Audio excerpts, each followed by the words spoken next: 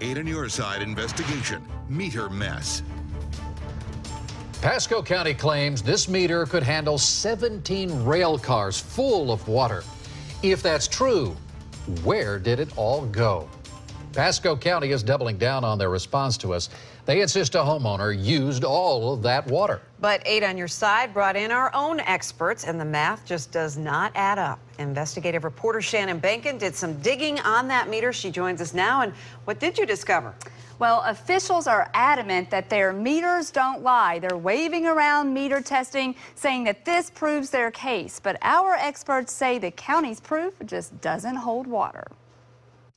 We're talking about enough water to fill up this swimming pool 60 times. Enough water to fill up a railroad car 17 times. I understand their frustration. Pasco County officials are adamant that Louise Gritman and her husband Gene owe them for 614,000 gallons of water. A year later, there are still two big questions. Could 17 rail cars of water possibly flow through a residential water meter in just 18 days? And if it could, how in the world would no one notice? Yes, 618,000 gallons, and even we tested it to where as many as 648,000 gallons of water could go through that meter. County spokesman Doug Tobin points to this meter test as the main reason utility bosses won't back down.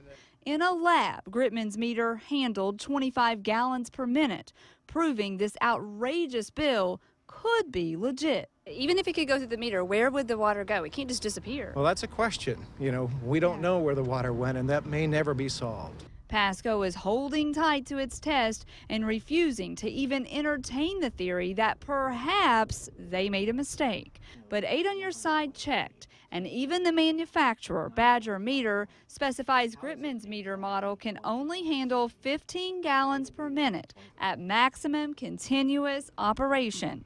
Even that doesn't faze the county. You might want to show them this particular test from American Water Works. Plumber Tom Shell tested the water flow at the source, Gritman's house. He calls Pasco's clinical study flawed. They had nothing on the outlet side to resist the water coming through.